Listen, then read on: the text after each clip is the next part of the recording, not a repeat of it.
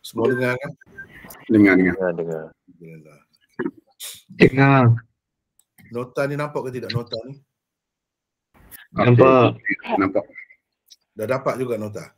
Dapat Maulana, Alhamdulillah. Alhamdulillah. Baik. Bismillahirrahmanirrahim. Alhamdulillah rabbil alamin. Wassalatu wassalamu ala asyrafil anbiya'i wal mursalin wa ala alihi wa ashabihi ajma'in. Bismillah ta'ala karim. Alhamdulillah pagi ni kita dapat bersama lagi dalam kuliah 99 usul. Usul yang akan kita bincangkan hari ini ialah usul yang ke-63. Bunyinya ialah riwayat-riwayat yang menyebarkan doa khusus daripada Nabi SAW apabila khatam Al-Quran. Yang habis membaca sebuah Al-Quran.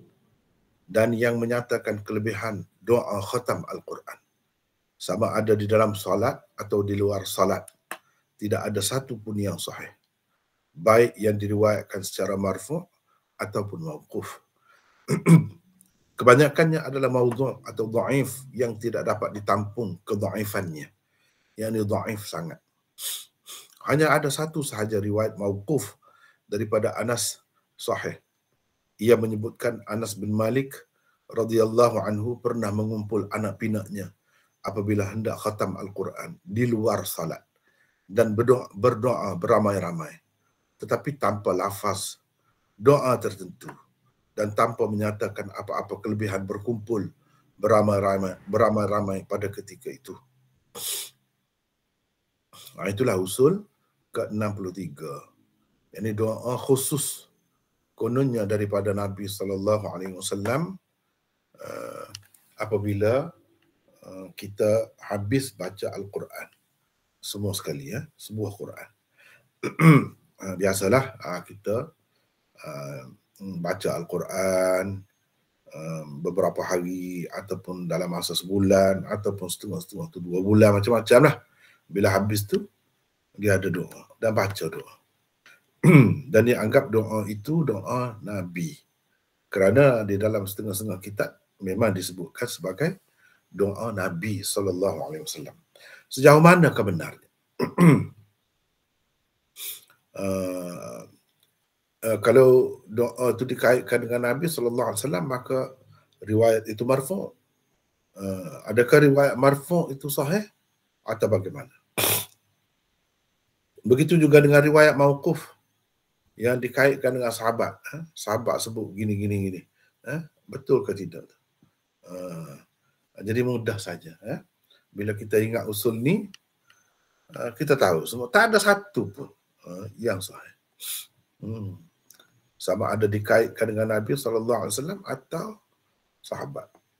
Doa tu di dalam sembahyang ke atau di luar sembahyang. Tidak ada yang sahih. Kalau ada pun satu saja, itu kita akan bincangkan nanti.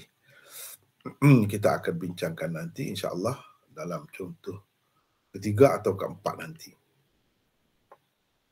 Hari ini dua contoh saja, itu pun saya rasa sudah cukup. Dan kita akan sambung lagi dengan contoh ketiga dan keempat. Di sana akan ada banyak lagi perbincangan. Bagaimana setengah-setengah tempat itu dia baca doa begitu panjang dalam sembahyang tarawih apa semua tu, kan?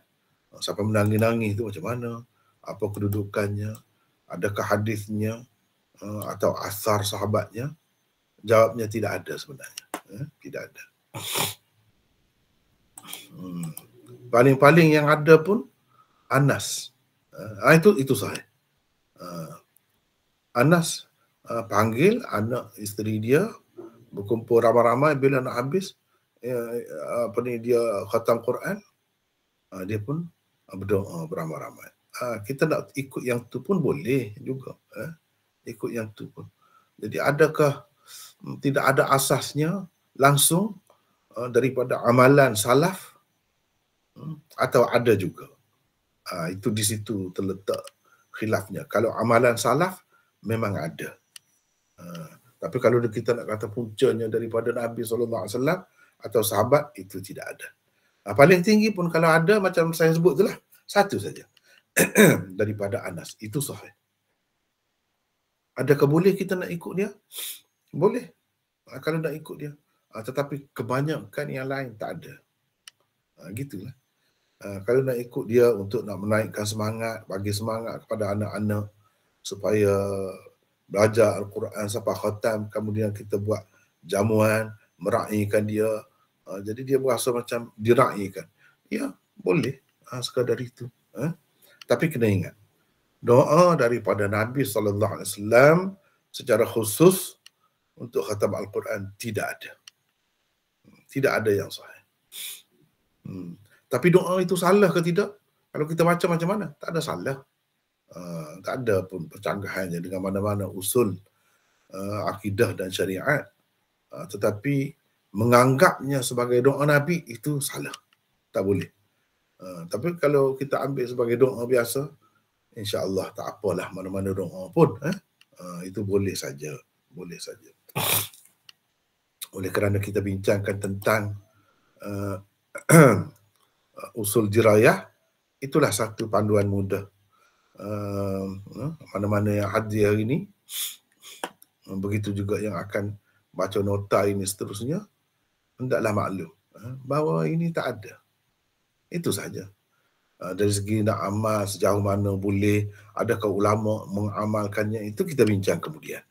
Kita bincang kemudian. Apa asasnya? Tapi kalau nak kata asasnya hadis, tidak ada. Itu mudah saja. Baik. Di bawah ini adalah sebahagian daripada contohnya. Sebahagian daripada contoh-contohnya. Baik, contoh pertama. An Abi Umamah qala Rasulullah sallallahu alaihi wasallam, "Idza khatama ahadukum al-Qur'ana falyaqul Allahumma anis wahsyati fi qabri." Ini popular ni, doa ni.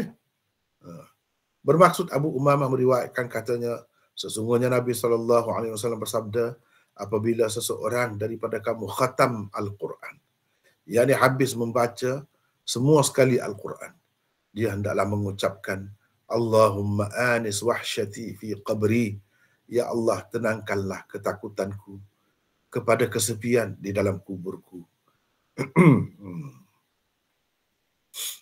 Betul ke tidak ada ni? Betul ke tidak ada sepi dalam kubur? Itu betul. Ada dalam hadis yang sahih pun ada.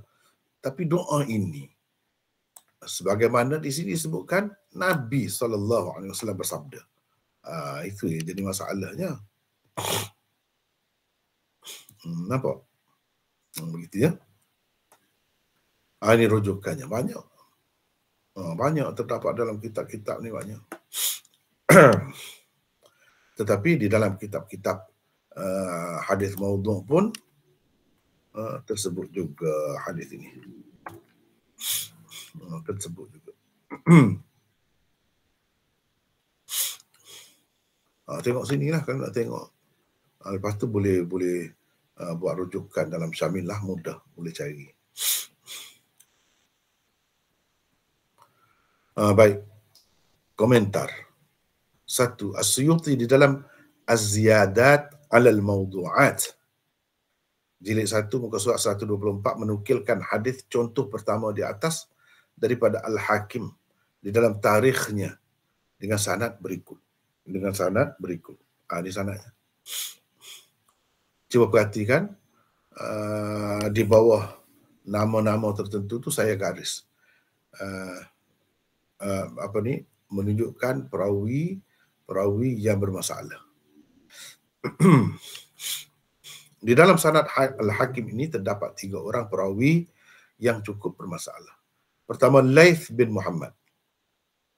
Ibnu Abi Syaibah, An-Nasa'i dan lain-lain mengatakan ia seorang perawi matruk. Ini perawi matruk. Kedua, Salim Al-Khayyat. Tukang jahit ni. Salim Al-Khayyat, tukang jahit. Kata Yahya tentangnya, laisa bi syai'. Ia langsung tidak bernilai. Tak berguna langsung. Kalau kita kata tak berguna langsung. Ketiga, Ahmad bin Abdullah bin Khalid. Ahmad bin Abdullah bin Khalid. Yang ketiga ini adalah yang paling teruk daripada tiga orang itu. Ia dikenali juga dengan Al-Juwaybari. Al-Juwaybari. Seorang perawi pendusta besar. Kadzab ini. Kadzab. Pendusta besar. Kerana adanya di dalam sesuatu sanad, para ulama menghukum hadisnya sebagai maudhu. Ada nama ni saja cukup. Tak payah tengok yang lain dah. Boleh dah tu kata hadis itu maudhu. Itulah sikap ulama. Bila mereka tengok dalam sanad tu, tak payah dah. Kalau nak bincang pun lebih dah tu. Bincang tu lebih daripada cukup. Sekadar nak cukup tu, satu nama ni sudah memadai. Dalam satu sanad tu, kalau ada perawi-perawi yang baik-baik pun itu tak kira. Yang kiranya perawi yang bermasalah. Kalau ada perawi yang bermasalah, seorang pun dia kira tak boleh pakai dah. Apalagi kalau banyak. Macam di sini beberapa orang ni. As-Suyuti sendiri setelah mengemukakannya menulis Ahmad bin Abdullah bin Khalid adalah Al-Juwaybari, salah seorang perawi yang terkenal mereka, yakni mengada-ngadakan hadis. Bila ada perawi mereka hadis, yang mencipta hadis seperti Juwaybari ini, hadis itu akan dihukum maudhu, palsu oleh ulama hadis.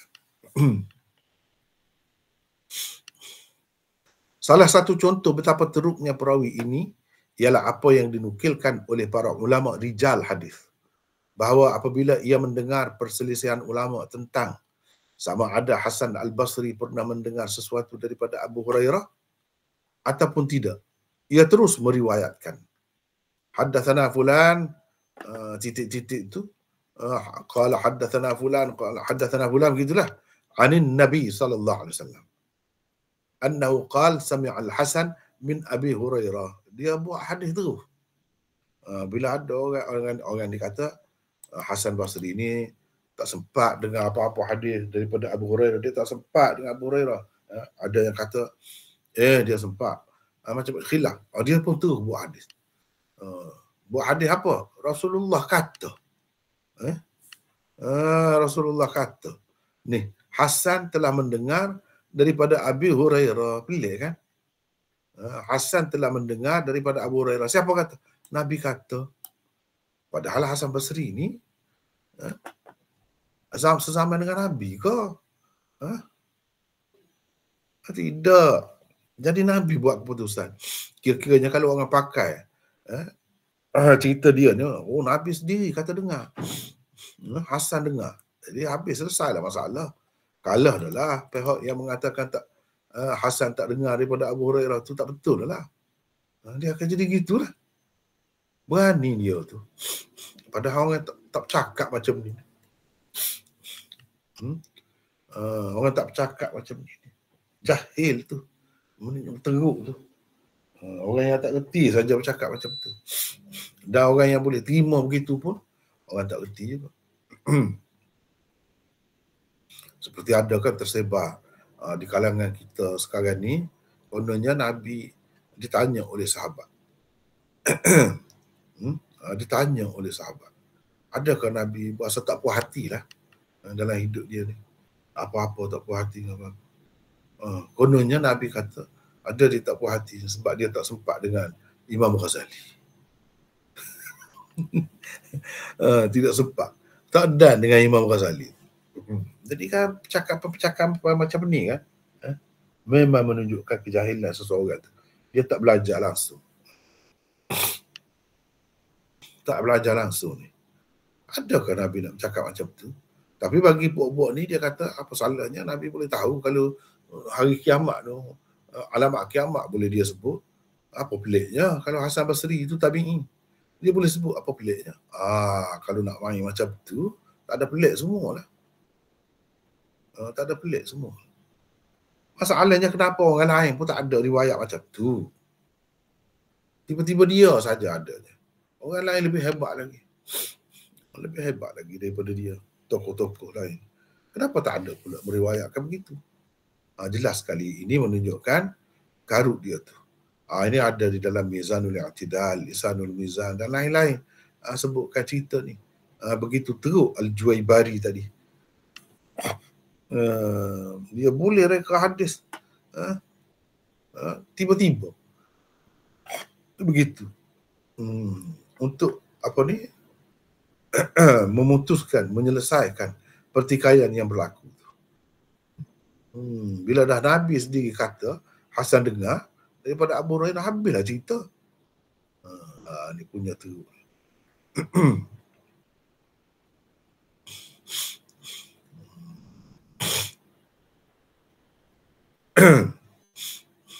Jadi saya dah baca dah setakat tu.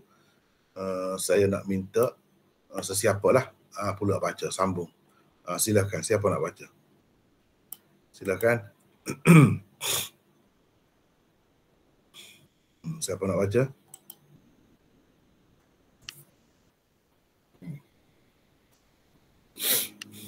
Silakan.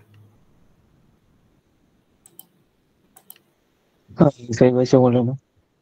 Siapa ni? Iskandar. Iskandar, baca. Silakan. Dua. Ad-Dailami juga dengan sadatnya telah mengemukakan hadis itu melalui saluran riwayat Al-Laits bin Muhammad seperti di dalam sanad Al-Hakim di atas. Tiga. Kerana adanya perawi seperti Al-Juwaybari itu di dalam hadis, maka para ulama hadis menghukumnya sebagai maudhu'. Antara tokoh ulama hadis yang telah menghukum hadis itu maudhu' ialah Ibnu Araq, Al-Kinani, Al-Shawkani, Muhammad Tahir Al-Fattahi Al-Hindi, Al-Ghumari, Al-Albani dan Al-Fattani. Ini mereka ni jelas mengatakan hadis ini maudhu'. Kenapa maudhu'? Kerana ada Al-Juwaybari ni. Sebenarnya bukan mereka ni saja, ramai lagi yang lain. Itu antara yang boleh disebutlah. Yang kira-kiranya saya sendiri tengok di dalam kitab mereka. Dihukum maudhu'. Ini termasuk dalam hadis maudhu'. Teruskan. Imam Az-Zahabi menulis di dalam Mizanul I'tidal tentang Al-Juwaybari itu begini. Kata Ibnu Adi, ia mengadakan hadis mengikut kehendak Ibnu Karram, seorang tokoh mujassimah yang sesat. Ibnu Hibban berkata, ia adalah Abu Ali Al-Juwaybari, salah seorang dajjal. An-Nasa'i dan Ad-Darqutni berkata, ia pendusta besar. Aku, yakni Az-Zahabi berkata, Al-Juwaybari itu memang telah menjadi perumpamaan, yakni sebutan lantaran dustanya. Kata Al-Baihaqi, aku memang kenal betul dia. Memang dia nama Rasulullah SAW. Dia telah memberikan lebih daripada 1000 hadis.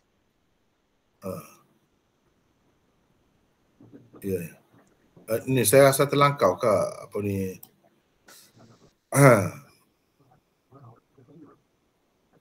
Putus ke tadi? Mana Iskandar? Bagaimana? Ya ada. Ini baca. Saya rasa terlangkau tadi. Memang dia telah mereka hadis. Memang dia telah mereka hadis atas nama Rasulullah SAW. Dia telah mereka lebih daripada 1000 hadis atas nama Rasulullah SAW. Lihat Az-Zahabi Mizanul I'tidal jilid 1 muka 106. Sekejap. Jadi maksudnya dia ni jadi perumpamaan, sebutan. Jadi di kalangan ulama-ulama dahulu kata dusta macam siapa? Macam Juwaybari lah. Macam kita lah, bahasa kita kan. Ada nama tertentu lah. Tak tahulah wujud ke tidak tu. Manusia khayalan. Macam Pak Pandir. Pak Pandir itu. Dan seumpamanya kalau kita kan orang Melayu bodoh. Bodoh macam apa? Macam pandit kita kata. Ni pun pendusta macam apa? Macam Juwaybari. Sampai begitu sekali terkenal di kalangan ulama hadis dia ni. Sehingga dia tu orang yang pendusta yang diumpamakan dengan dia. Seperti Juwaybari. Sampai begitu sekali. Dan ada yang menyebut dia ni Dajjal. Ibnu Hibban kata dia ni Dajjal. Dajjal itu dari segi bahasa penipu besar lah. Penipu besar. Jadi itulah cerita tentang Al-Juwaybari. Teruskan.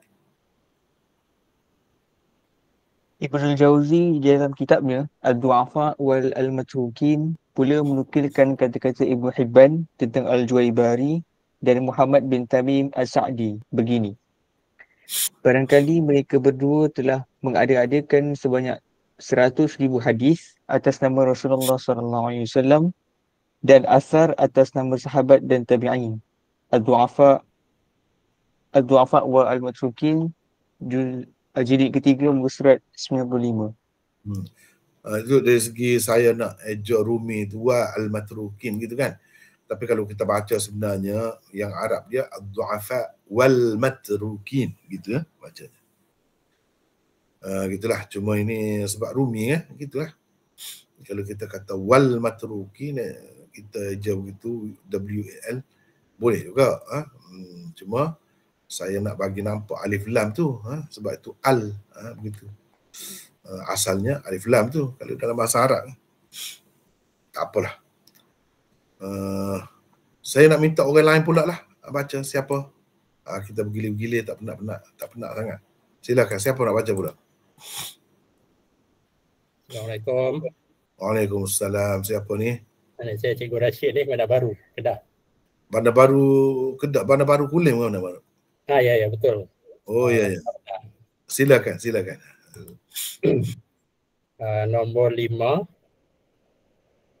Tidak ada apapun yang salahnya dalam kandungan hadis tersebut. Memanglah kubur itu tempat yang sepi dan menakutkan bagi sesetengah orang yang telah mati berdasarkan sekian banyak hadis Rasulullah SAW yang sahih. Boleh saja anda berdoa dengannya, tetapi ia tidak boleh sama sekali dikaitkan dengan Rasulullah SAW.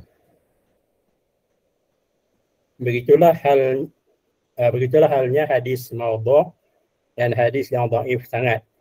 Ia tidak boleh dinisbahkan ataupun dikaitkan kepada baginda sallallahu alaihi wasallam. Ingat ini kaedah ni. Kaedah yang disebutkan oleh ulama. Kalau hadis maudhu' tu memang tak boleh lah.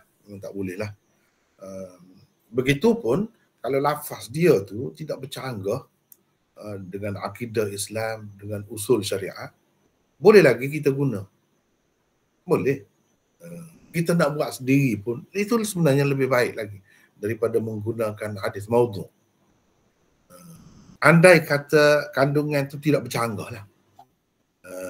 Boleh saja kita guna.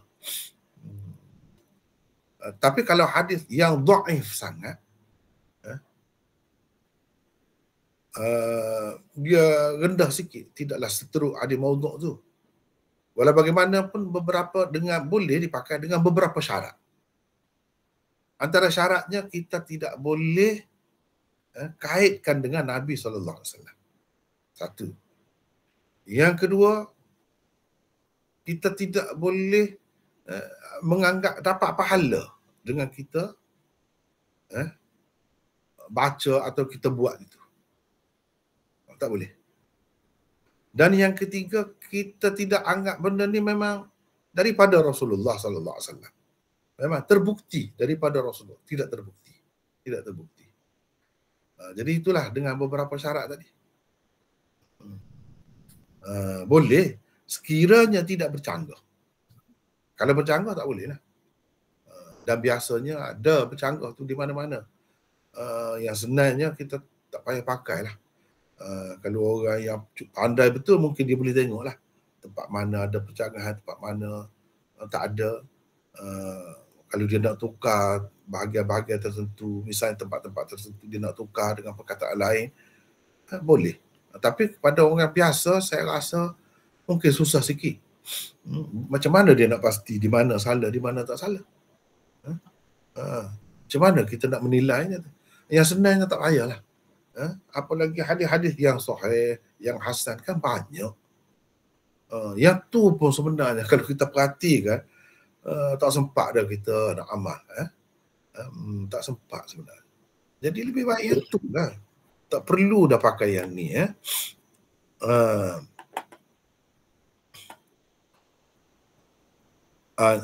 Baca lagi, silakan, teruskan. Yang keenam, tanpa doa itu pun orang-orang yang beriman dan beramal saleh tidak akan kesepian dan ketakutan di dalam kuburnya. Amal salehnya akan ditukarkan menjadi teman yang mesra dengannya di dalam kubur. Di dalam hadis Al-Bara' bin Azib yang panjang tentang soalan malaikat terhadap orang-orang yang mati di dalam kubur jelas menunjukkan perkara ini. Lihat sebahagian daripada hadis berkenaan di bawah ini. Ini saya baca lah, saya baca. Ataupun nak baca, sila baca. Saya cuba Maulana. Ya, sila baca. Wayaknihi rajulu. Gini, kalau saya titik ni kan, saya titik-titik depan, titik-titik dia hujung ni maknanya hadis ni awal dia ada lagi. Cuba kita ambil yang berkenaan sahaja. Mana selepas ni pun, selepas titik-titik ni akhir ni ada lagi hadis tu, tak habis lagi sebab hadis tu panjang kan. Jadi kita ambil mana yang berkenaan sahaja. Itu pun boleh. Silakan. Wayatihi gitu. Wayatihi rajulu hasanul wajhi hasanus sayabi. Hasanus sayabi. Ni gini. Apa ni bagi di bawah tu, di bawah sabdu. Jadi bagi di bawah. Hasanus sayabi. Siap. Hasanus siyabi. Teruskan. Hasanur rihi. Fayaqulu abshir billadhi yasurruka. Fayaqulu man anta. Fayaqulu ana amaluka salihu wa qala fi haqqil kafiri wa ya'tihi rajulun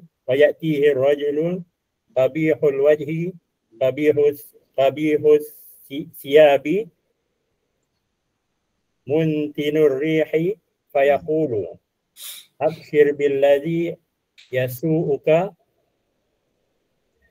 hadza yawmuka alladhi kunta tu'adu qala fayaqulu man anta fawajhuka alwajhu yubashiru bisyarri qala fayaqulu ana amaluka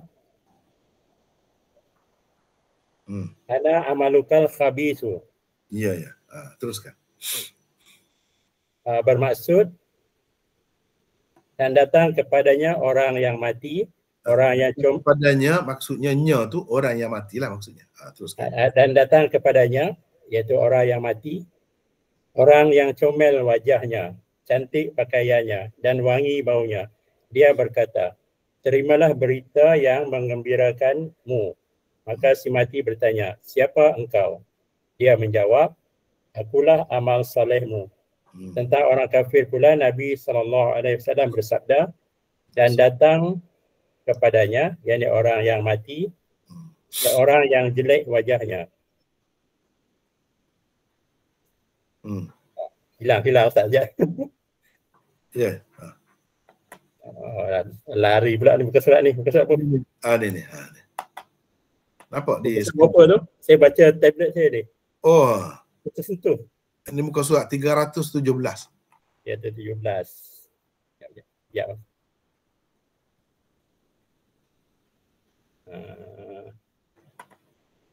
17.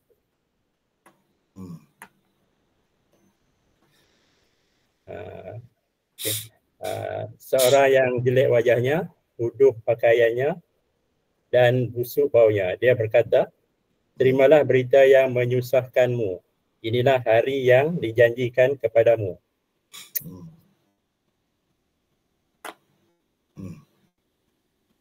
Teruskan. Sekejap.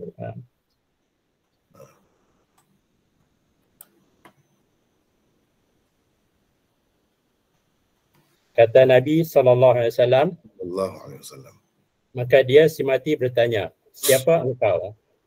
Wajahmu adalah wajah yang membawa keburukan nampaknya. Kata Nabi SAW, maka dia berkata, akulah amalanmu yang jahat. Lihat Musnad Ahmad, Musannaf Ibnu Abi Shaybah, Mustadrak Hakim, Syu'abul Imam Al-Bahaqi dan lain-lain.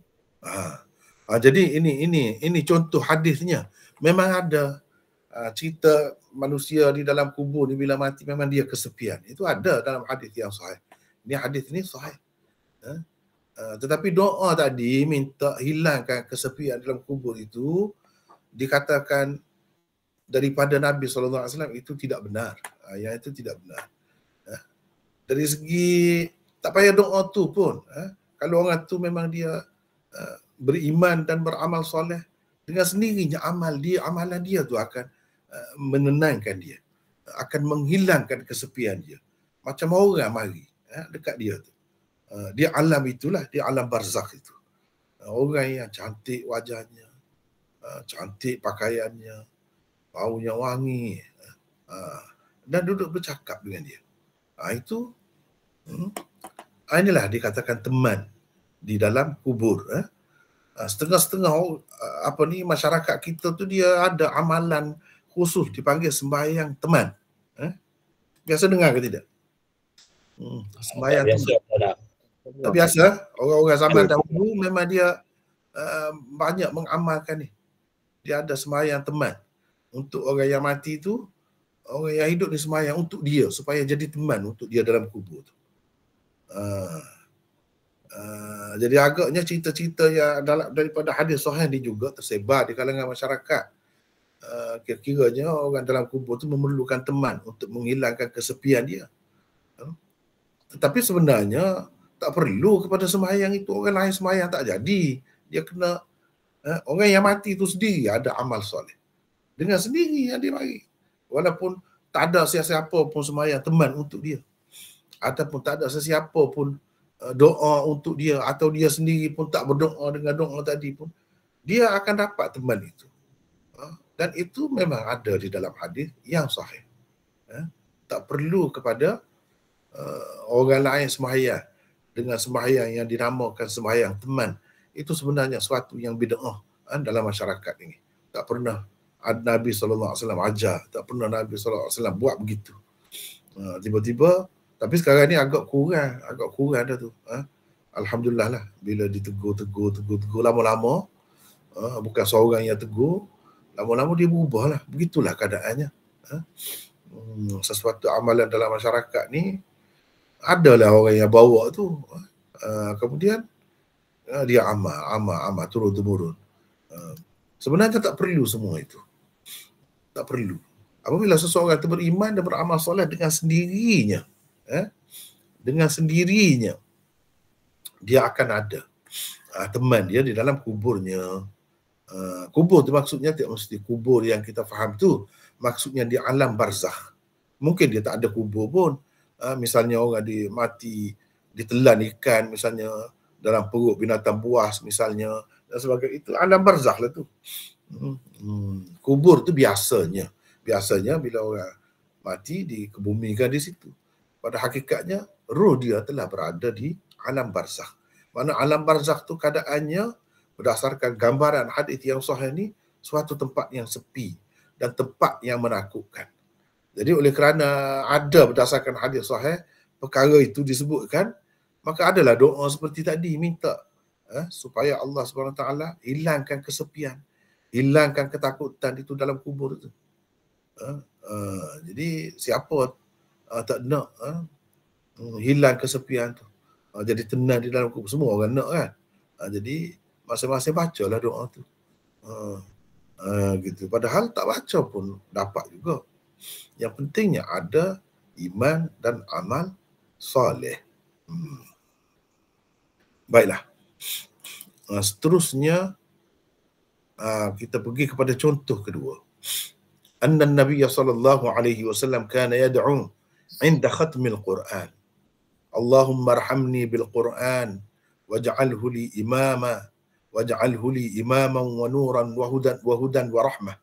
Allahumma dhakkirni minhu ma nasit wa 'allimni minhu ma jahiltu warzuqni tilawatahu ana al-lail wa atraf an-nahar waj'alhu li hujjatan ya rabbal alamin. Ini doa.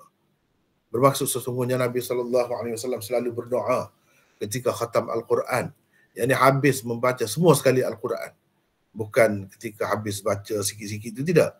Ada kan seseorang itu dia buat amalan tetap, dia baca Quran sampai habis. Habis dia start pula sampai habis pula. Kemudian dia mula lagi habis itu. Habis semua sekali itu. Dia berdoa begini, Ya Allah, rahmatilah aku dengan Al-Quran.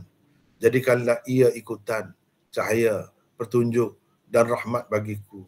Ya Allah, ingatkanlah aku mana yang telah aku terlupa daripadanya, yakni Al-Quran. Ajarkanlah aku apa yang belum aku ketahui daripadanya. Dan kurniakanlah kepadaku kemampuan membacanya pada waktu malam dan siang. Jadikanlah ia sebagai hujah bagiku, wahai Tuhan sekalian alam. Jadi kan menarik itu doa tu. Ni doa ni menarik tu. Kalau kita baca dan faham maksud dia tu kan. Jadi ramailah orang baca ni. Dan dikatakan Nabi SAW selalu baca. Benar ke tidak? Itu yang kita nak tahu. Tak benar. Tak betul. Tak betul. Banyaklah sebenarnya dalam kehidupan kita ni yang tak betul kan. Misalnya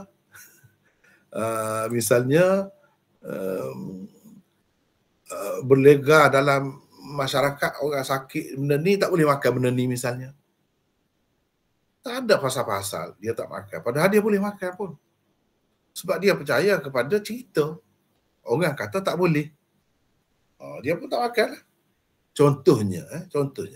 Padahal tak ada kena-mengena pun. Kalau tanya ahli dia yang sebenar, betul ke ni? Fakta ke atau dusta? Dia akan kata dusta. Apa kena-mengenanya? Tak ada kena-mengena. Memang sayur tu boleh makan pun sayur tu. Kalau orang yang kencing manis, tak jadi masalah sayur. Dia kata tak boleh sayur tu. Pula. Jadi kita nak pasti, kadang-kadang kita dengar orang tu, bawa orang tu sadar sini dengar. Kita nak tahu betul ke tidak? Kena tanya ahli dia. Kalau tanya ahli dia tahulah. Berapa banyak doktor kata kan? Orang ramai ni kata, kalau darah tinggi tak boleh makan. Kambing. Daging lembu apa. Doktor kata tak apa. Doktor kata tak apa. Dan ada orang yang makan, memang tak apa pun tak ada apa. Banyak orang yang tak apa makan. Tapi ada benar juga orang yang kata tak boleh tu. Sebab dia sendiri tak boleh. Pening kepala, sakit kepala dia kalau makan. Jadi terpulang kepada masing-masing. Setengah-setengah tu begitu. Tapi nak kata pukul umum tak boleh. Semua tak boleh. Ini memang kena pantat. Tak mesti semua orang begitu. Jadi nak tahu semua ni, dia kena ahli dia lah. Sama juga di sini. Benda dia tersebar dengan meluas dah. Jadi kita nak pasti macam mana. Bahkan dalam setengah-setengah Quran tu ada, nanti saya tunjuk, nanti akan datang. Jadi benda ni, cuba tengok, rujukan. Di mana ada cerita ni? Termasuklah dalam kitab Imam Ghazali, Ihya Ulumuddin. Ihya Ulumuddin, jilid 2, muka surat 39. Al-Iraqi dalam Al-Mughni an Hamlil Asfar fil Asfar. Jadi saya ambil nama dia ringkas lah. Al-Mughni. Al-Mughni ni kitab Al-Iraqi yang khusus ditulis untuk membincangkan hadis-hadis yang ada di dalam kitab Ihya Ulumuddin. Mana yang sahih, mana yang tidak sahih, apa kedudukannya. Itu khusus.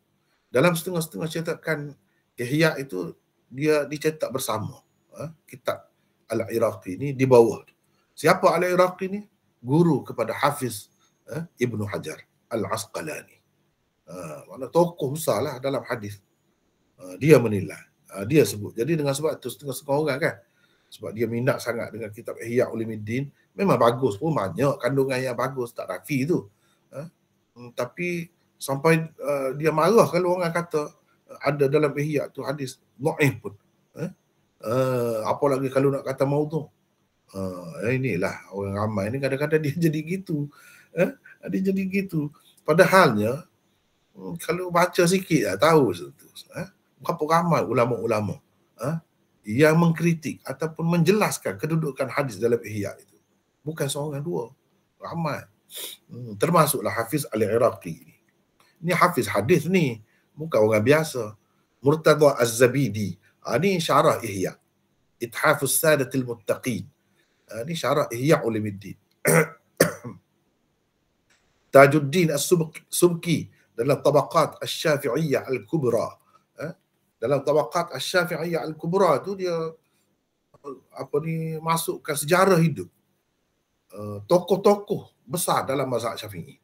Termasuklah Imam Ghazali. Bila dia sebut tentang Imam Ghazali, dia sebutlah hadis-hadis yang dia tidak temui. Di mana puncanya? Di dalam kitab Ihya. Tak ada asal. Tak ada sanad. Dan tidak sahih. Dia sebut dalam kitab tu. Cuba tengok Tabaqat Asy-Syafi'iyyah Al-Kubra. Ibnul Jazari dalam An-Nashr fil Qira'atil Ashr, ini qiraat 10. Dalam tu pun ada. Begitulah. Baik, komentar. Saya nak sesiapa lah baca pula. Siapa nak baca? Silakan. Kalau boleh. Siapa? Kenapa ni Akhi Ruslan Jaafar, apa di kelas kita ni kurang ni, ramai tak masuk ni. Saya minta maaf Maulana, tak boleh nak baca, ada cucu balik kampung ni bising. Tak apa. Bukan nak suruh baca, saya tanya saja kenapa ni. Inilah belajar ni kan, kadang-kadang nak istiqamah tu payah. Memang terutama duduk masing-masing kan, dengan keluarga masing-masing, ada kerja masing-masing, itulah susah. Cabaran itu semua, ujian. Siapa nak baca silakan. Tapi tak ramai pun, ramai lagi ni. Silakan. Siapa nak baca? Siapa ni? Tarmizi. Siapa? Tarmizi ni daripada mana? Puchong Mana Tarmizi?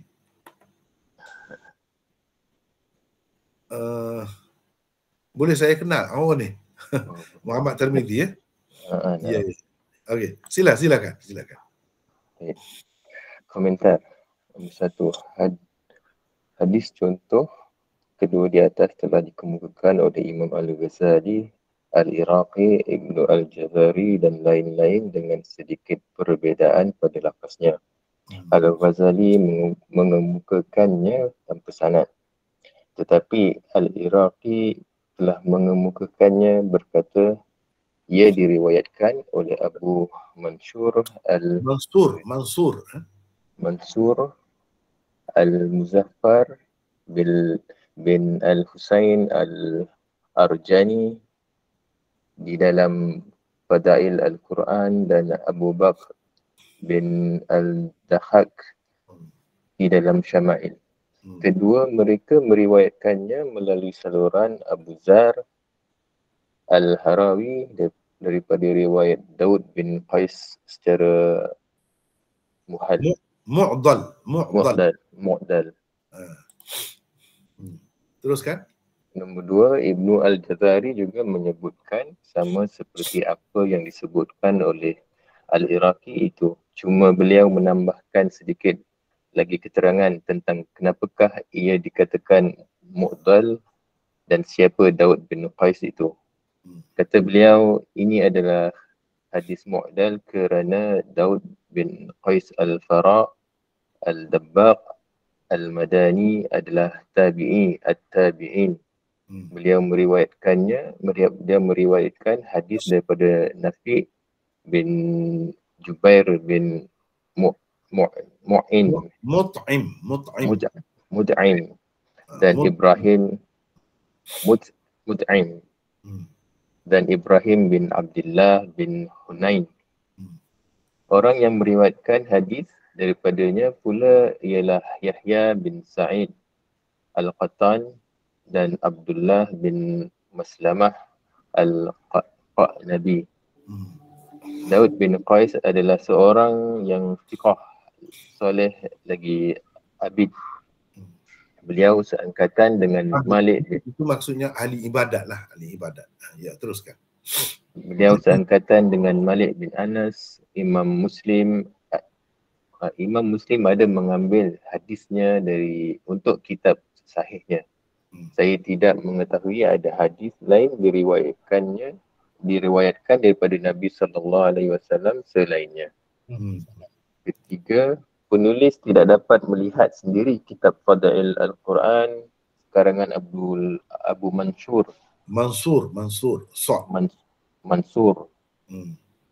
Abu Mansur Al-Muzaffar bin Al-Husain Al-Arjani dan kitab Sama'il karangan Abu Bakr bin Dahhak tersebut, kerana kedua-duanya tiada dalam perpustakaan sebesar Maktabah Asy-Syamilah sekalipun. Dalam Syamilah pun tak ada kitab ni ya. Saya cek dah, tak ada. Padahal yang berapa puluh ribu ada tu. Tak ada. Teruskan. PDF-nya juga tiada. Jelas sekali kedua-duanya adalah kitab yang ganjil atau rare. Orang-orang yang menyebutkan ia terdapat di dalam kedua kitab itu juga tidak menyebutkan sanadnya dengan lengkap. Mereka paling tinggi pun mengatakan ia hadis mu'dal. Seolah-olah mereka melihat hadis itu hanya terhenti pada seorang tabi'in semata-mata. Nama-nama perawi lain tidak dirasakan perlu bagi diselidiki. Sekadar itu pun sudah cukup untuk ia dihukum sebagai dhaif. Mungkin juga sanadnya memang tidak lengkap. Tajuddin As-Subki pula dengan jelas menyebutkan ia termasuk salah satu hadis Ihya yang ditemui beliau sanadnya. Yang tidak ni sepatutnya. Tidak jatuh. Sepatutnya. Yang tidak ditemui. Yang tidak ditemui beliau sanadnya. Boleh lihat Tabaqat Asy-Syafi'iyah Al-Kubra jilid 6 muka surat 301. Bagi penulis, hadis ini memang langsung tiada asalnya. La aslalahu. Hadis la aslalahu ialah yang tidak terdapat di dalam mana-mana kitab hadis yang mengemukakan hadis-hadis dengan bersanad. Sebaliknya ia adalah hadis maudhu' yang tidak boleh disandarkan kepada Nabi SAW. Hadis mu'dal pula ialah hadis yang gugur daripada isnadnya dua orang perawi atau lebih di satu tempat secara berturut-turut, sama ada ia berlaku di awal sanad atau di pertengahan sanad atau di akhir sanad. Hadis mu'dal adalah hadis dhaif. Ia lebih dhaif daripada hadis mursal dan munqati' kerana perawi yang gugur di dalam isnadnya lebih ramai. Jadi itu kedudukannya hadis ni. Memang tak boleh pakai lah. Mu'dal dipanggil. Mu'dal ni dhaif sangat lah. Pasal bukan satu yang gugur perawi itu. Beberapa orang. Kalau hadis mursal, munqati' pun dhaif dah. Ini lebih teruk lagi daripada itu. Teruskan. Nombor 4. Dengan menyebutkan seorang sahaja perawi yang bagus seperti Daud bin Qais, itu di dalam sanad suatu hadis tidak memberi apa-apa nilai kepadanya. Ia tetap tidak akan menjadikannya sahih atau melepaskannya daripada lingkaran kedhaifan atau kepalsuan. Kelima, dua doa yang dikemukakan oleh penulis sebagai contoh pertama dan kedua di bawah usul ke-63 ini sebenarnya merupakan punca bagi doa khatam Al-Quran yang tercatat di akhir setengah nuskah Al-Quran. Dan ia tersebar dengan agak meluas dalam masyarakat Islam di mana-mana pun. Doa itu sebetulnya tidak ada dengan lengkap dalam satu riwayat sahaja. Sekejap di sini. Memang dalam setengah-setengah saya nak tunjuk. Sebagai contoh, bukan tak ada benda ni. Ada cuba tengok ni. Ni dalam simpanan saya yang ada. Ni Quran.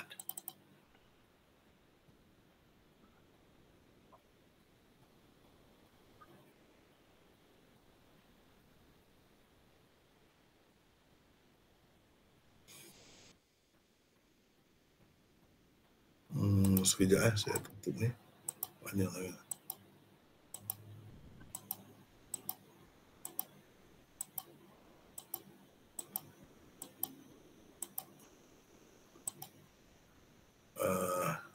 Ni Quran ni. Ni cetakan Indonesia. Baik, kalau kita tengok di hujung dia, last page. Ni hujung dia, cuba tengok. Ni doa khatmil Quran. Ini dicetak di Indonesia. Tapi oleh kerana ada terjemahan ini, doa ni dalam bahasa Urdu, saya percaya ini diambil daripada India ataupun Pakistan. Ni asalnya Quran ini diambil daripada India ataupun Pakistan. Tapi ini dicetak dan tersebar di Indonesia. Di tempat kita pun ada. Ini yang saya beli di sini. Saya beli di sini ada Quran, ada ini. Cuba tengok. Allahumma anis wahsyati fi qabri, itu termasuk dalam hadis contoh pertama tadi. Hadis contoh pertama setakat itu saja. Allahumma arhamni bil Quranil azim hingga ke akhir ni, ini hadis contoh kedua yang kita baca tadi. Jadi maknanya dalam doa khatam Quran ini sebenarnya dia gabungan di antara dua doa yang terdapat dalam dua hadis yang berbeza. Dia bukan lengkap begini ada dalam satu riwayat, tidak. Dia berasingan itu. Allahumma anis wahsyati fi qabri, setakat itu saja, itu berdasarkan satu riwayat yang saya kemukakan tadi sebagai contoh pertama. Kemudian Allahumma arhamni bil Quranil azim, dan seterusnya ni sampai ke akhir ni, ini yang ada dalam Ihya dan lain-lain tu yang ada ini, yang ni. Yang tak ada sanad tadi yang dikatakan mu'dal itu, yang ni lah. Tapi di sini nasib baiknya alhamdulillah dia tak ada sebut doa ni daripada Nabi SAW, tak ada sebut. Cuma dia sekadar sebut doa khatam Al-Quran. Jadi kalau kita tidak ingat, tidak kaitkan dengan Nabi SAW, tak ada pun benda yang nampaknya, zahirnya, tak ada nampak yang bercanggah pun dalam doa ni. Kalau kita nak baca pun boleh. Cumanya oleh kerana dalam setengah-setengah kitab tu memang dengan jelas disebutkan ini doa Nabi, takut-takut kita rasa ada kelebihan lah daripada yang lain. Kalau macam tu tak benar lah, tak benar. Sama doa-doa yang lain pun sama juga. Kita boleh baca saja doa mana-mana pun. Sebagai contohnya, saya nak tunjuk ni. Contohnya. Ni, yang ni mungkin bukan. Sekejap.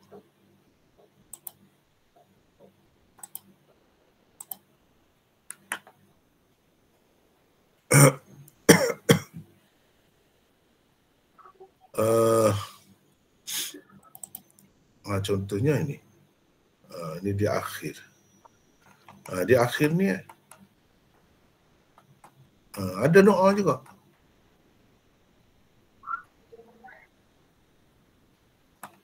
Ada doa. Ya.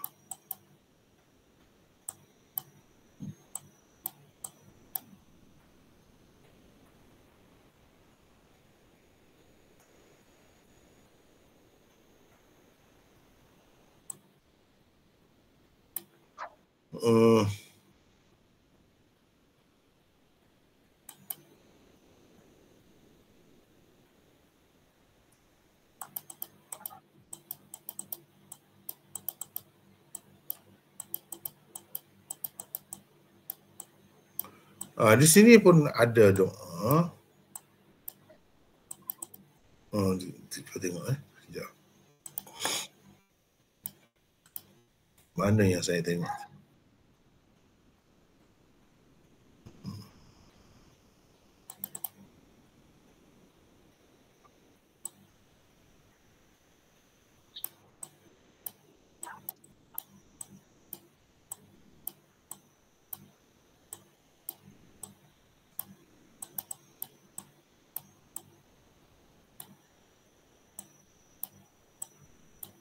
Ni. Doa khatmil Quran. Ni. Allahumma arhamni bil Quran. Yang kita baca sebagai contoh kedua tadi. Ada di sini. Cuma ditambah lagi lah. Tambah lagi. Dan tak ada sebut pun di sini doa ni daripada Nabi SAW. Okey. Tapi dalam kitab-kitab yang kita rujuk ni, sama ada kitab Imam Ghazali ke ataupun lain-lain itu, memang jelas disebutkan daripada Nabi SAW. Bahkan ini doa yang selalu dibaca oleh Nabi bila khatam Al-Quran. Padahal ia tidak sahih. Bukan sekadar tidak sahih, teruk sangat dhaifnya itu. Teruk sangat dhaifnya. Jadi kan, mana ada, sama ada cetakan Indonesia tadi ataupun Pakistan ataupun India, ni cetakan Arab pun ada juga. Ada juga. Tapi bukan semua ada lah, bukan semua ada. Banyak daripadanya tak ada pun. Tak ada pun semua ni. Doa ni. Okey. Anda tengok tu kan? Jadi kena berhati-hatilah. Kena berhati-hati. Contohnya mari kita tengok supaya lebih jelas.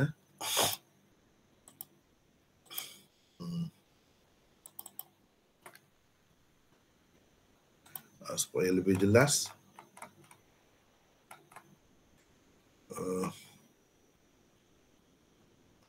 Kita tengok. Ambil di sini. Kita cari dalam Syamilah. Ini Syamilah.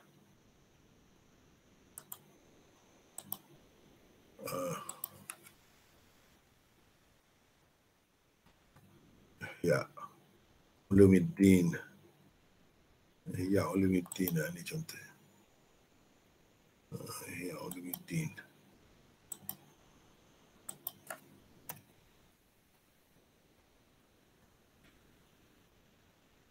An-nashr fil qira'at al-ashr, ini qira'at 10. Ini contoh yang kita ambil sebagai rujukan. Tengok. Ini dalam An-Nashr Ibn al-Jazari. Dia kata, ni riwayat tadilah. Riwayat tadi. Pada sini. Faqad rawa Abu Mansur al-Muzaffar bin Husain al-Arjani fi kitab Fadail al-Quran. Wa Abu Bakr ibn al-Dhahhak dalam Syama'il dia. Kedua-dua mereka melalui saluran Abi Dzar al-Harawi daripada riwayat Abi Sulaiman Daud bin Qais. Beliau berkata, dia ni tak sempat ni, dia tabi'in, bukan sahabat, bukan tabi'in, tapi bawah lagi.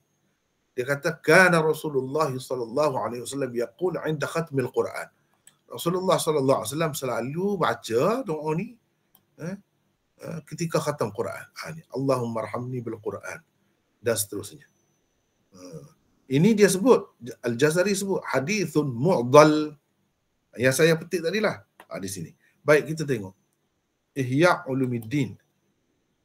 Ni Ihya Ulumuddin. Fa idza faragha, bila seseorang itu habis baca Quran, qala ma kana yaqulu salawatullahi wa salamuhu 'inda khatmil Quran. Dia baca apa yang selalu dibaca oleh Rasulullah bila khatam Quran. Ni Allahumma arhamni. Ini dalam Ihya. Kemudian dia ada nombor 2 di situ. Nombor 2 ni apa ni, Al-Iraqi tadilah. Al-Iraqi. Hadis Rasulullah sallallahu alaihi wasallam baca bila khatam Quran, Allahumma arhamni dan seterusnya ni. Dia sebut rawahu Abu Mansur al-Muzaffar Ibn al-Husain al-Arjani. Seperti tadilah. Dia sebut mu'dal, secara mu'dal dalam kitab An-Nashr fil qira'at al-ashr, qira'at 10 tu Ibn al-Jazari sebut kenapa mu'dal. Dia sebut itu kedudukannya. Itu kedudukannya. Jadi boleh kita perhati ni semua ni. Dalam Al-Iraqi dia hanya sebut mu'dal sahaja. Tapi kepada orang yang tahu kaedah ilmu hadis, dia sebut dia dah faham dah bila sebut mu'dal tu. Bila sebut mu'dal itu dia terus fahamlah.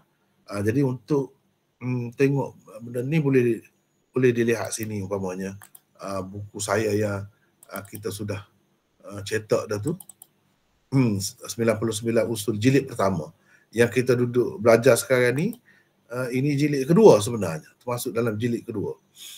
Jadi dalam jilid pertama dah ada dah sebenarnya, saya dah kemukakan istilah-istilah tu. Misalnya hadis mu'dal, cuba tengok ni. Hadis mu'dal, apa itu hadis mu'dal?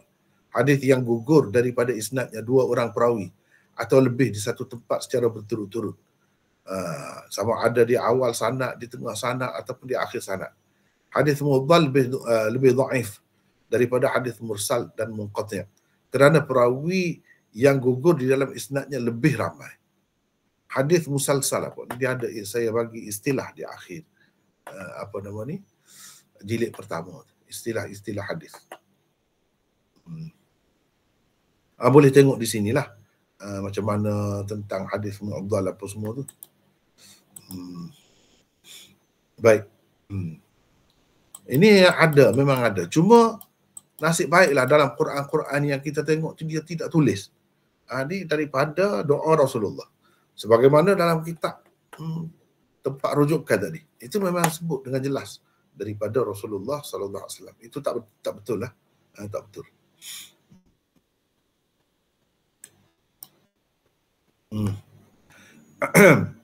Siapa tak dibaca? Tirmizi? Ya, boleh. Sambung ya. Sambung. Keenam. Keenam ya. Sini. Nasib baik juga sekiranya kerana tidak disebutkan sebelum doa khatam Al-Quran itu sebagai doa Nabi SAW. Ia hanya dibentangkan sebagai doa khatam Al-Quran semata-mata, tidak sebagaimana tersebut di dalam kitab-kitab asalnya. Di dalam Ihya Ulumuddin sebagai contoh, dengan jelas disebutkan bahawa Nabi SAW selalu membaca doa dalam contoh kedua di atas apabila baginda khatam Al-Quran selesai membaca semua sekali Al-Quran. Lihat Ihya Ulumuddin jilid 1 muka surat 278. Ketujuh, sebenarnya tidak apa pun yang salahnya di dalam doa-doa tersebut. Tidak lagi ada sepatutnya. Tidak ada apa pun yang salahnya di dalam doa-doa tersebut selain ia tidak sabit daripada Nabi SAW. Anda boleh sahaja membacanya, cuma janganlah dipercayai ia adalah doa dari Nabi SAW. Kata Al-Baihaqi di dalam Syu'ab Al-Iman, Ahlul Hadis bermudah-mudah dalam menerima doa-doa dan kelebihan-kelebihan dan amalan yang tersebut di dalam hadis-hadis selagi ia tidak datang melalui riwayat orang yang memang dikenali sebagai perekat hadis atau berdusta dalam meriwayatkan hadis. Betul lah. Tapi kalau hadis tu hadis dhaif ringan, betul lah, boleh. Masalahnya tadi dia sendiri katakan, selagi ia tidak datang melalui riwayat orang yang memang dikenali sebagai perekat hadis atau berdusta dalam meriwayatkan hadis. Jadi dalam contoh pertama tadi kan ada Al-Juwaybari tadi kan, yang kita baca itu memang terkenal sebagai dusta perekat hadis itu. Jadi macam mana kita nak pakai? Dengan sebab itu sebaiknya tak payahlah. Mungkin kita boleh ambil yang lain. Contohnya saya nak bagi Saya nak bagi di sini sekejap ya.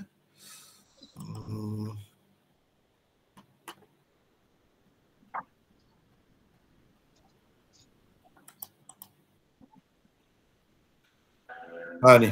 Ni yang dalam catatan saya ni. Cuba tengok.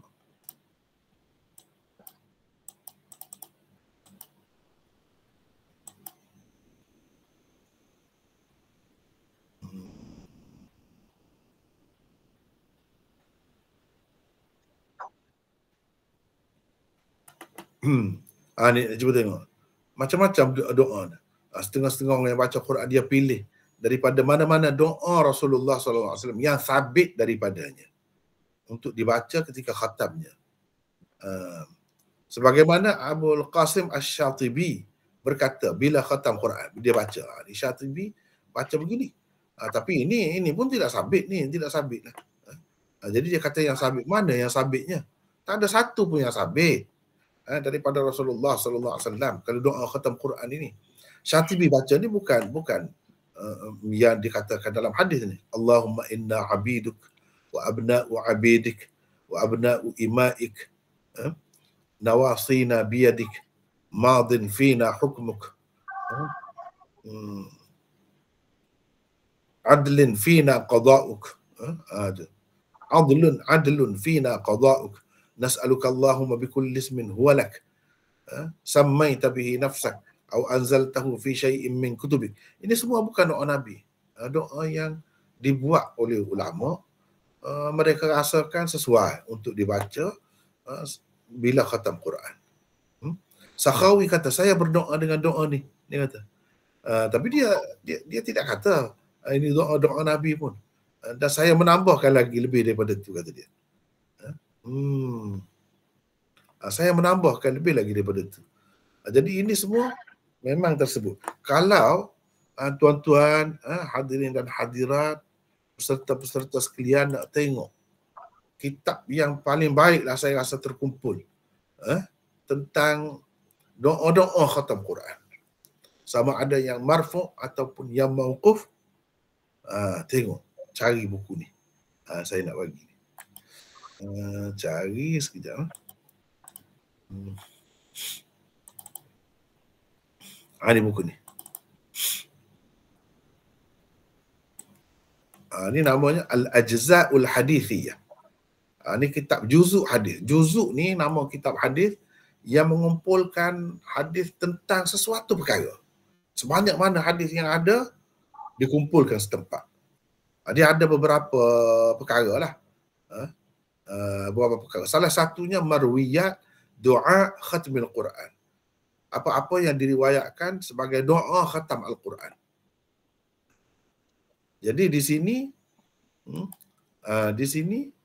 ni. Kalau kita perhati di sini, ni bahagian ni.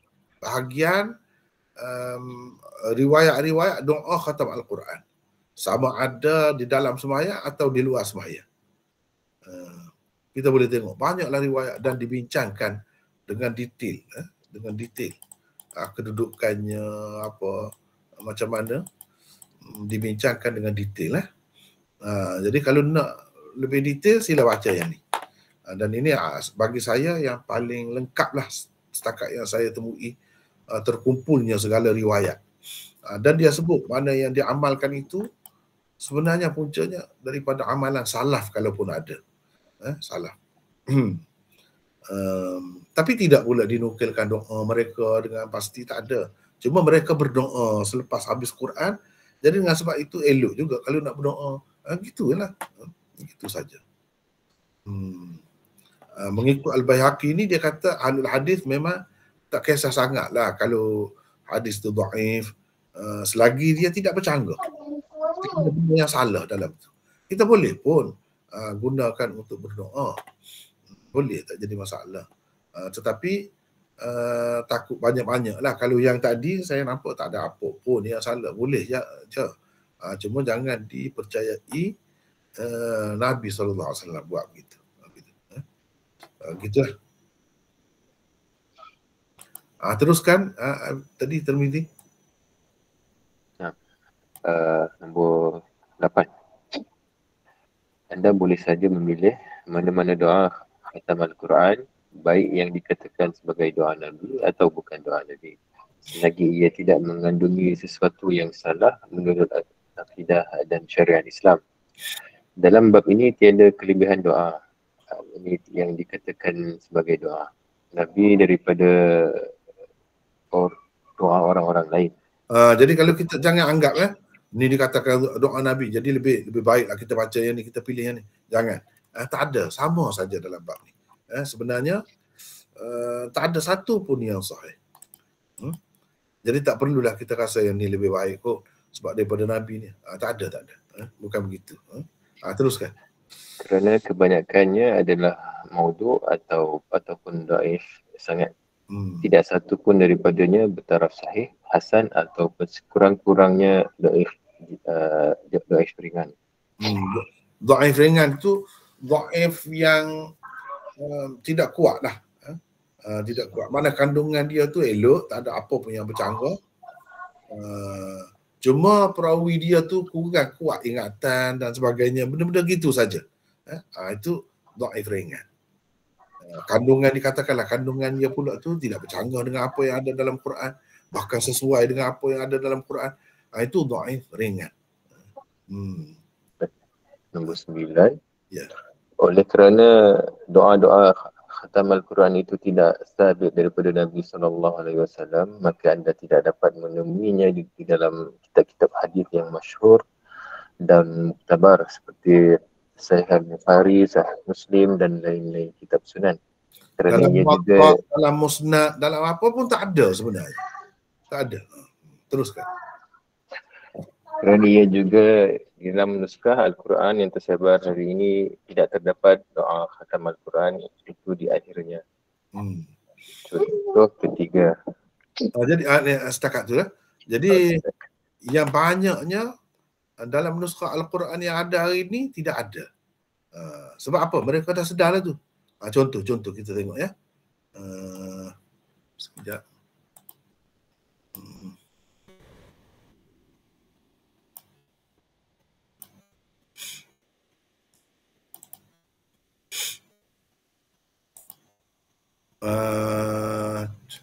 Kita ambil lah mana-mana lah, kita ambil yang ni. Ni. Ni sampai habis Quran tak ada di sini. Tak ada.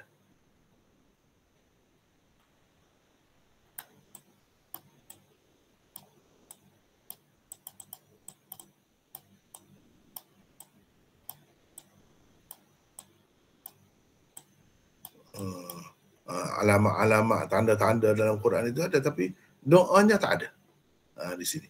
Ini satu contoh. Kalau kita tengok yang lain-lain pun sama. Dalam tafsir-tafsir bersama-sama tafsir apa, tak ada. Ini cetakan Arab Saudi misalnya. Tafsir ni. Ini pun tak ada.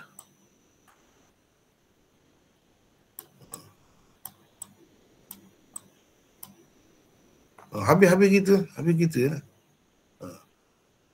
Tak ada. Baik dalam tafsirnya pun tak ada. Tak ada sebut.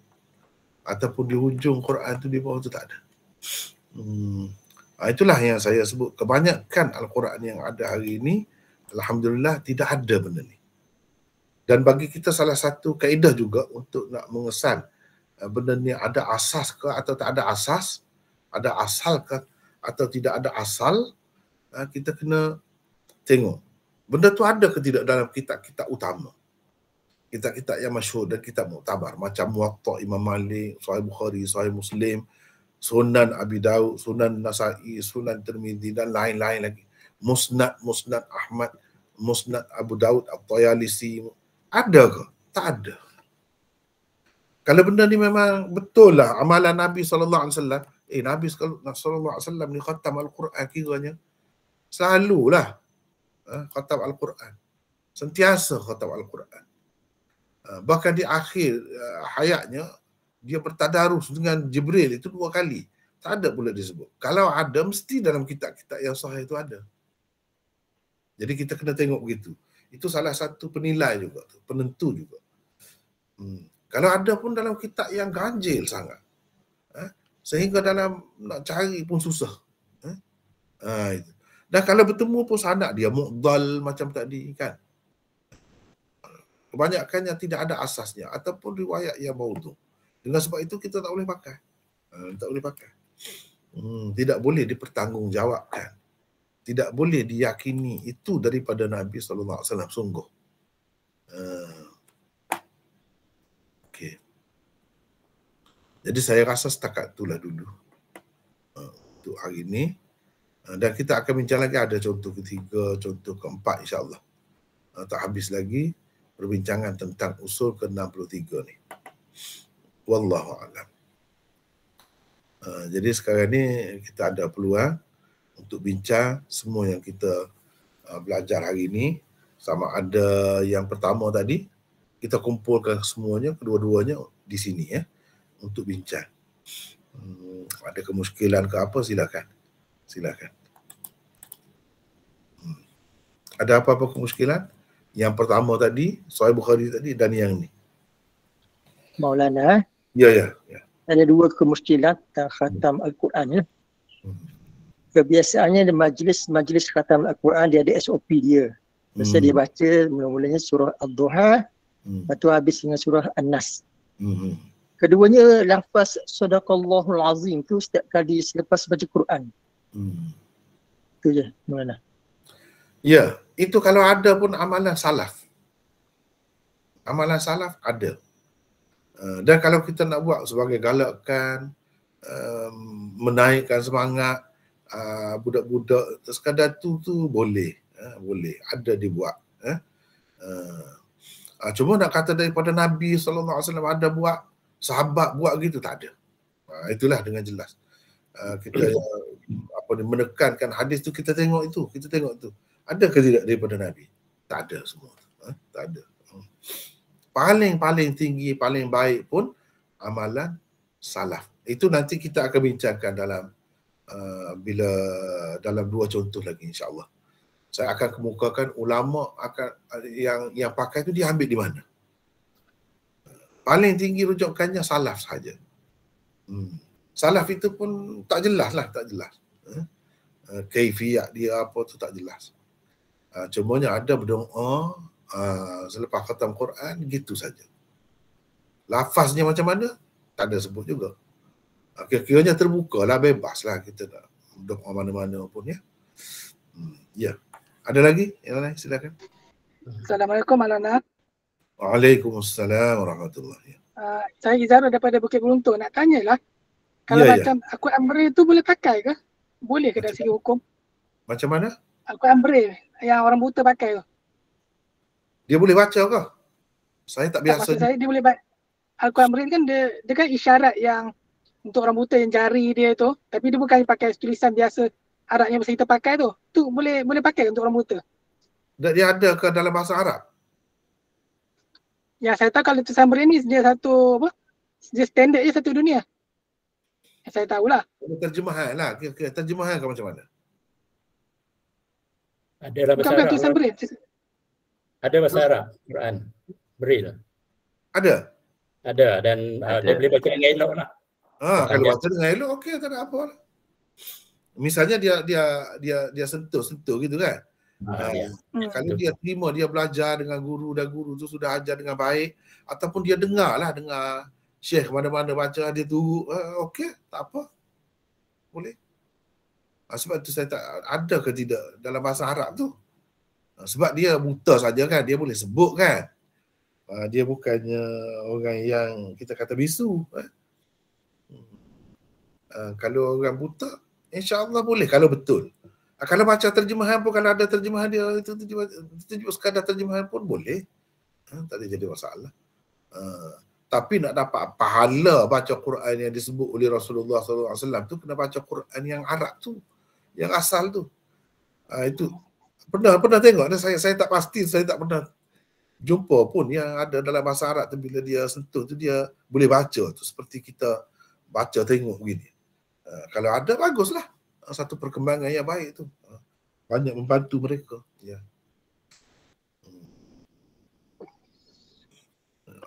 Itu kau soalannya? Macam mana? Betul tu soalan dia.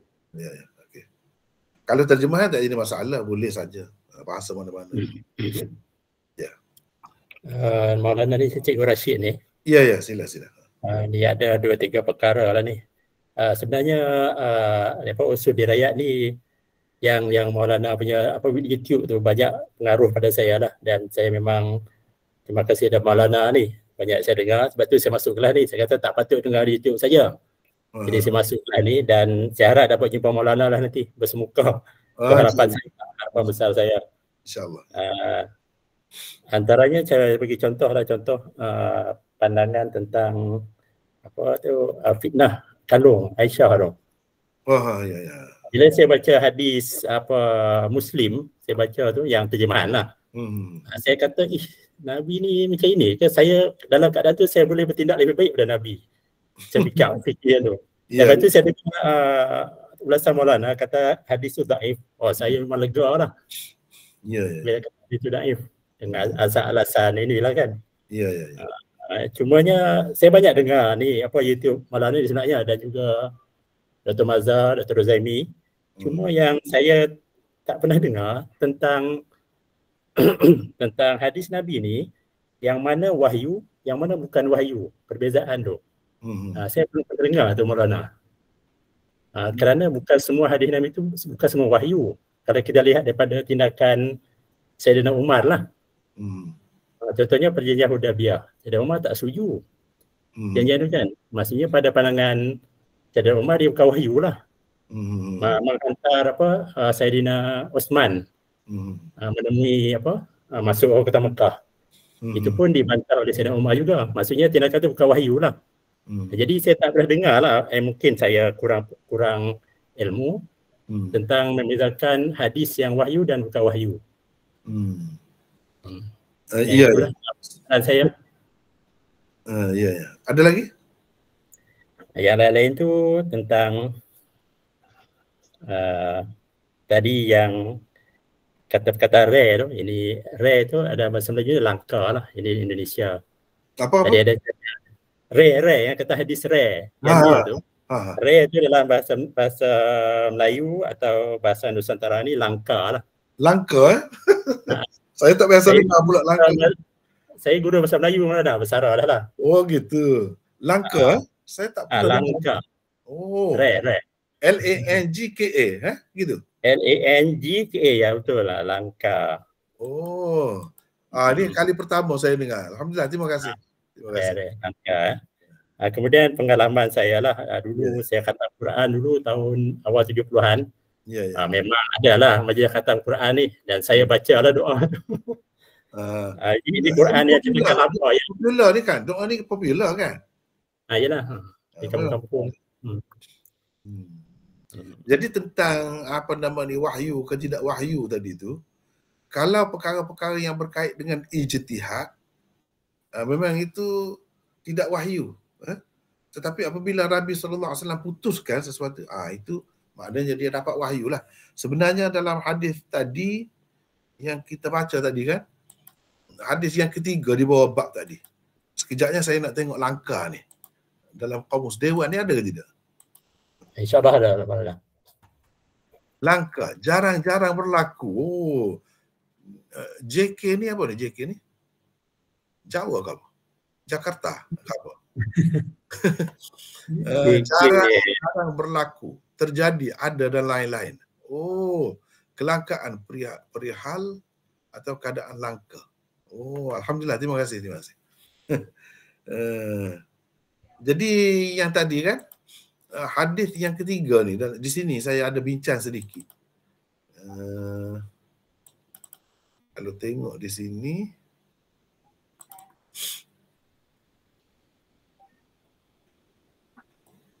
ni di akhir ni saya ada bincang sedikit.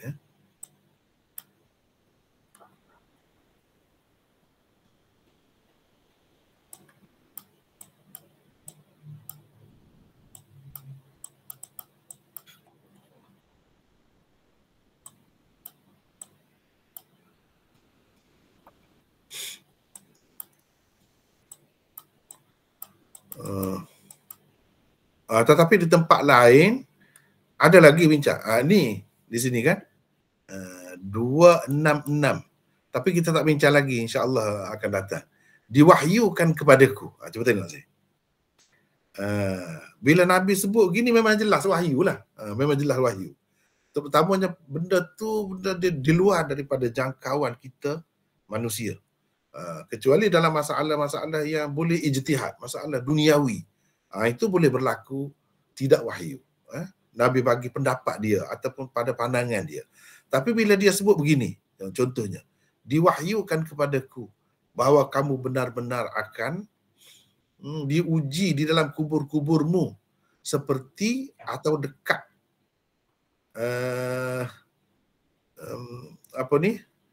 dengan fitnah Al-Masih Ad-Dajjal. Ini perawi kata saya tak pasti. Mana satu perkataan seperti ke atau dekat dengan fitnah Al-Masih Ad-Dajjal. Mana hebatlah, dahsyatlah fitnah tu. Jadi ini diwahyukan, Nabi kata. Cuba tengok ni. Diwahyukan kepadaku, saya buat notasi 266. Ini adalah antara dalil bahawa hadis juga merupakan wahyu kepada Rasulullah sallallahu alaihi wasallam. Bukan Al-Quran sahaja yang dinamakan wahyu dan diberikan kepada baginda. Contohnya di dalam Al-Quran sendiri Allah ada sebut ni. Allah ada sebut ni. Cuba kita perhatikan. Dan tidaklah layak bagi seseorang manusia bahawa Allah berkata-kata dengannya kecuali dengan jalan wahyu. Dengan jalan wahyu. Baik. Atau dari sebalik tak dinding. Atau dengan mengutuskan utusan. Lalu utusan itu menyampaikan wahyu kepadanya dengan izin Allah. Jadi yang ketiga ni, inilah yang dikatakan wahyu Quran. Melalui malaikat. Adapun yang sebelum ni, dia sebut dah wahyu. Illa wahyan. Jadi wahyan ini tidak melalui malaikat. Yang tidak melalui malaikat inilah yang dimaksudkan dengan hadis itu. Terutamanya hadis yang ada menyebut diwahyukan kepadaku macam ni. Jadi yang ni benda ni tak ada dalam Quran ni. Tapi disebut wahyu juga. Tepatlah dengan ayat Al-Quran ni yang sebut selain daripada Al-Quran itu pun dinamakan wahyu juga. Ini bukti daripada Al-Quran. Bahawa selain daripada Al-Quran, wahyu juga. Illa wahyan. Wahyan. Sebabnya semua sekali Al-Quran itu diwahyukan melalui malaikat. Yang ketiga ni ada tiga keadaan. Inilah maksudnya. Tapi kalau dalam perkara-perkara duniawi, misalnya keputusan tentang tawanan perang ataupun macam yang disebut tadi nak tentang perjanjian damai, apakah butir-butirnya, itu memang ada pendapat di situ. Dan pendapat itu tidak semestinya tepat. Sahabat-sahabat dia yang biasa, yang lama-lama dia tahu ini boleh dia bincang lagi ke tidak. Dia tahu. Tapi kalau yang sebut macam ni kan, diwahyu, jelas tu. Tak ada siapa pun yang akan bantah, akan tanya, akan baiki. Tak ada. Begitu. Maulana, Ya. dalam bidah hadis ni ada ilmu sanad, ilmu matan semua kan untuk menentukan kesahihan hadis. Ada tak ilmu tentang ini, membezakan mana hadis yang wahyu, mana yang ijtihad Nabi? Dia di celah-celah tu lah. Tak ada. Setakat ni. Yang khusus tak ada lah, ilmu khusus. Mungkin kalau ada pun zaman sekarang ni dalam bentuk tesis. Tapi setakat ni saya tak bertemu lagi. Maksudnya memang besar dulu memang tidak membincangkan lah. Dia bincang di celah-celah hadis tu lah. Dia banyak tu. Tidak terpisah. Yang saya tahu. Setakat yang saya tahu. Wallah. Dan ini soalan Maghazi mungkin tak ada kaitan langsung lah dengan kuliah hari ini. Tentang hijrah Nabi itu, mengapa Nabi tidak berijtihad menunggu perintah Allah Ta'ala hijrah, sedangkan banyak tindakan yang lain Nabi berijtihad. Sebab Allah Subhanahu Wa Ta'ala sudah ada isyarat dah. Dah ada isyarat Nabi ni akan berhijrah tu. Mimpinya pun sudah ada. Jadi maknanya Nabi SAW sedar bahawa itu berkait dengan wahyu. Sebab itu dia tidak bertindak sendiri. Tidak bertindak sendiri. Berkenaan dengan hijrah ni satu perkara besar kan. Dalam Quran pun ada isyarat. Dalam hadis pun ada sebut Nabi mimpi dah tempat yang dia akan pergi. Jadi dia tunggulah. Mana dah ada isyarat-isyarat seperti itu. Bahawa itu semua tidak boleh diputuskan berdasarkan ijtihad dia sahaja. Sebab kalau berdasarkan ijtihad, mungkin Nabi dah pergi ke Habsyah lebih dulu lagi. Seperti mana sebahagian daripada sahabatnya pergi kan. Tetapi Allah SWT tidak menghendaki begitu. Itulah yang difaham oleh Rasulullah SAW. Ya. Ada lagi yang lain? Silakan. Silakan. Maulana, tumpang tanya satu soalan boleh? Sila. Perkataan bukan Arab dalam Quran tadi kita dah jumpa satu tu yang pendapat yang kata surah Al-Insan ayat 5 yang kafuro tu betul lah ya? Betul. Daripada bahasa Sumatera. Okey. Cuma bahasa Sumatera ke bahasa mana saya tak pasti.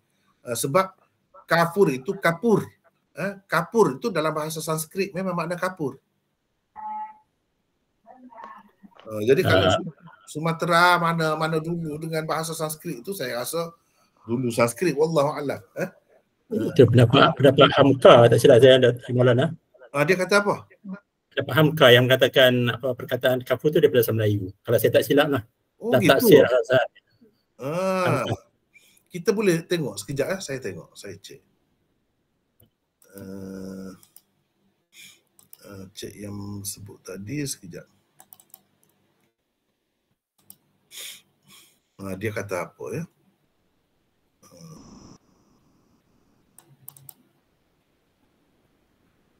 Ni kita tengok daripada awal sampai akhir ni. Ni kafur, jawaliqi dan lain-lain. Kata itu Farsi, ni kata. Wallahu a'lam lah. Dia kata Farsi yang dijadikan Arab. Tapi kalau dalam bahasa Sanskrit, kapur. Di sana ada di keluarga kapur. Kapur itu mana kafur ni lah. Itu bahasa Sanskrit.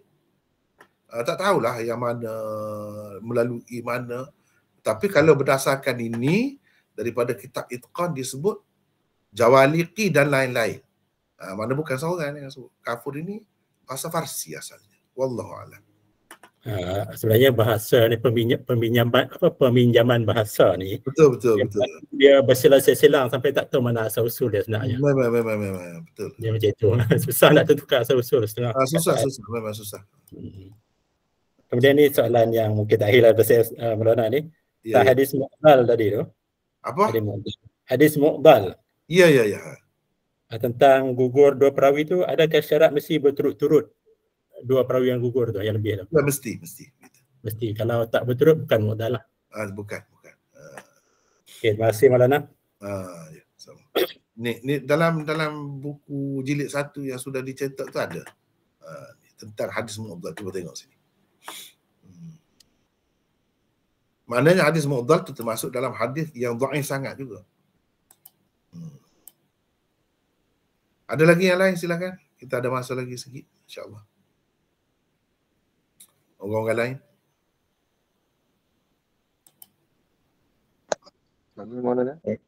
Waalaikumsalam. Ya, sila. Kalau kebiasaan, kalau orang kebiasaan kita lah bila baca Al-Quran ni, ya, satu muka dua muka kita akan cakap sadaqallahul azim tu. Ada kata tu bukan dari hadis Nabi. Ada yang ajar saya cuma just cukup baca alhamdulillah pun dah cukup dah. Boleh mana bagi pendapat. Maksudnya macam mana? Saya tak jelas. Contoh kalau kata saya baca Al-Quran, siapa lah dulu yang ajar saya pun dulu kemudian dah habis baca satu ayat ke dua muka surat ke, kebiasaannya kita akan cakap sadaqallahul azim. So, tapi saya ada dengar setengah pendapat kata bacaan sadaqallahul azim tu lepas baca Al-Quran tu itu bukan daripada Nabi lah.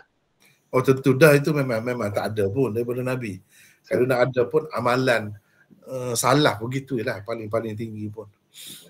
Dan maksud doa khatam Quran tu khatam betul, maksudnya bukan baca sikit tu satu surah tu bukan nama khatam Quran. Itu kan maksudnya? Itu salah satu saya nak tanya lah, sebab ada kebiasaan orang kita bila buat boleh saja, boleh baca gitu pun boleh. Kalau dari segi khatam Al-Quran yang berbuat jamaah itu bukan khatam Al-Quran lah secara.